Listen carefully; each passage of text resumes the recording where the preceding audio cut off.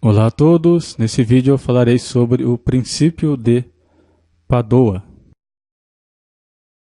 Bom, então no vídeo anterior a gente viu uma axiomatização da mecânica de partículas em termos de um predicado conjuntista. Então nós temos aqui 6 termos primitivos e 7 axiomas. Muito bem, então a gente pode agora fazer algo parecido com o que a gente fez naqueles nossos vídeos sobre independência de axiomas, só que agora em relação aos termos primitivos de uma dada teoria formal. Então o que a gente está querendo agora é verificar se alguns termos primitivos podem ou não ser definidos em termos de outros termos primitivos. Então, por exemplo, se a gente verifica que um dado termo primitivo A pode ser dado, pode ser definido em termos de um outro termo primitivo B, então, de certa maneira, a gente pode, então, eliminar esse termo primitivo A enquanto um termo primitivo da minha teoria. Ele não precisaria ser um termo primitivo, já que ele poderia ser obtido por meio de uma definição. Então, eu elimino esse termo, que pode ser definido, e obtenho, dessa maneira, digamos assim, uma teoria mais simples do que a que eu tinha anteriormente. Outro caso é quando um termo não pode ser definido em termos de outros. Então, nesse caso, a gente vai ter um termo independente. Um termo independente não pode ser eliminado da teoria. Então, em relação à independência de termos primitivos, existe um princípio que foi formulado pelo lógico Alessandro Padoa, no ano de 1900, que permite fazer essa verificação. Então vamos ver como que funciona esse princípio.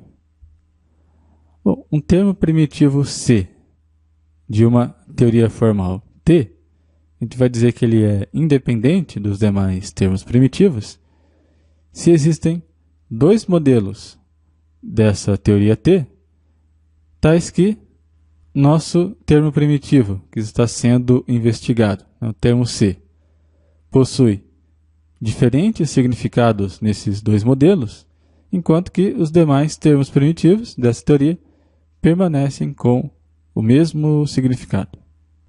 Então, em outras palavras, o que a gente está dizendo é que você consegue dois modelos da sua teoria em que todos os termos primitivos possuem o mesmo significado.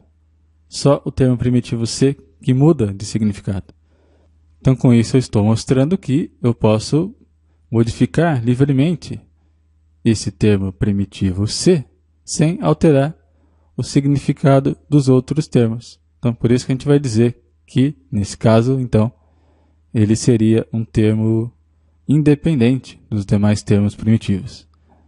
Só lembrando também que um modelo de uma teoria formal é uma interpretação na qual todos os axiomas dessa teoria são verdadeiros. Então, como exemplo de aplicação do princípio de Padoa, a gente pode mostrar que o termo massa do nosso sistema de mecânica de partículas, que a gente definiu no vídeo anterior, é um termo independente. Então, veja, a gente quer mostrar que o termo primitivo massa é independente dos demais termos, ou seja, a gente mostra que ele não pode ser obtido em função dos demais termos primitivos. Dessa forma, ele não pode ser, então, eliminado da nossa teoria. Conforme a definição anterior, o que a gente tem que fazer? A gente tem que exibir dois modelos para um sistema de mecânica de partículas, nos quais todos os termos primitivos permanecem com seus significados, enquanto que o termo massa, em uma interpretação, possui um significado, e na outra interpretação possui outro significado. Muito bem, então, esse é o nosso metateorema. O termo primitivo massa é um conceito independente, um termo independente dos demais conceitos, demais termos demais termos primitivos de um sistema de mecânica de partículas. Então a demonstração disso é o seguinte, só lembrando que o nosso SMP, nosso sistema de mecânica de partículas, possui 6 termos primitivos, que são P, T, que são conjuntos, e funções, função S, M, F e G. O que a gente está querendo fazer é demonstrar a independência desse termo massa, o termo M. Então veja, vamos considerar I1 a seguinte interpretação. Então meu conjunto P é um conjunto de 4 objetos, de 4 partículas, P1 até P4. Meu conjunto T é o próprio conjunto dos números reais. Minha função S, PI, T é dada por CI 00. CI é um número real. Então, o que a gente está dizendo aqui é que a posição das partículas é constante. A gente vai tomar M, PI é igual a 1. Então, a massa de todas as partículas é igual a 1. A força interna eu vou considerar como sendo todas nulas. E a força externa também todas nulas. Então essa é a interpretação, você pode checar depois, observando os axiomas da nossa teoria. Ela é uma interpretação na qual todos os axiomas são verdadeiros. Agora a gente pode considerar uma segunda interpretação, na qual todos os termos primitivos mantêm o seu mesmo significado. Só o termo primitivo M que eu vou mudar. Então, no lugar de 1, eu ponho 2. Então, a massa de todas as partículas é igual a 2. Claro que essa interpretação também satisfaz todos os axiomas da nossa teoria. Portanto, pelo princípio de Padoa, a gente pode concluir que o termo massa é um termo independente dos demais termos primitivos de um sistema de mecânica de partículas. Porque a gente viu que a gente consegue alterar o seu significado sem alterar o significado dos demais termos primitivos. Então, se ele é independente, significa que ele não é eliminável dessa teoria. Bom, então vamos ver um segundo exemplo agora de um termo que pode ser eliminado, que é o termo P do nosso sistema de mecânica de partículas. Então, segundo o metateorema, o termo primitivo P não é um conceito independente. Então, a demonstração disso é por absurdo.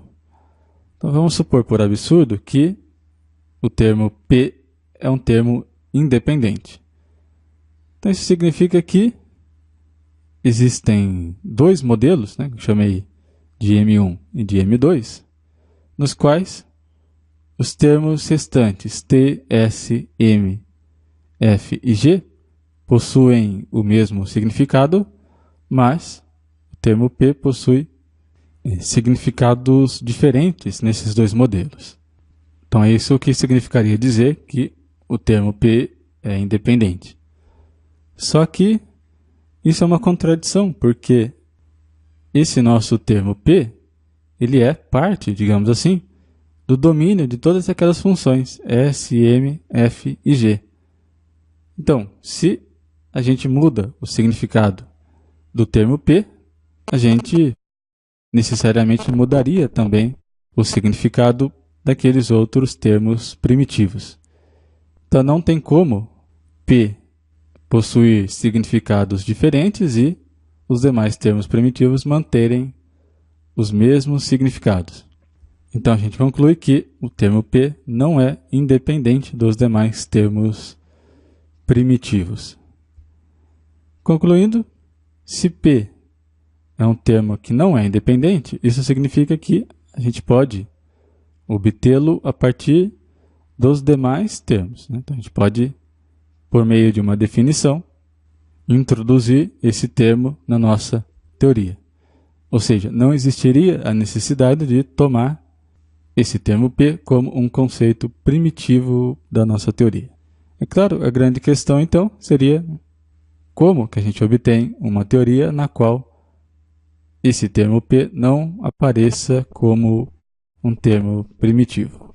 Então, para quem tiver interesse, lá no Moodle eu vou deixar um trabalho que faz justamente essa tarefa.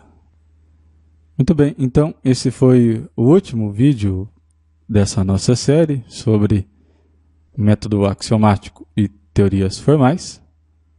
Eu espero que tenha sido útil para você conhecer alguns conceitos, ou pelo menos para que você possa ter conhecido algumas referências nas quais você pode buscar mais informações. E, é claro, agradeço também a sua contribuição com o nosso projeto Número Imaginário, que já está ajudando na manutenção e continuidade do nosso projeto. Então, isso, qualquer dúvida, eu estou à disposição. Você pode entrar em contato comigo. E ideias também, vocês podem me mandar, né? Ideias de novas séries, de novos assuntos. Então, obrigado por sua atenção e até um outro momento.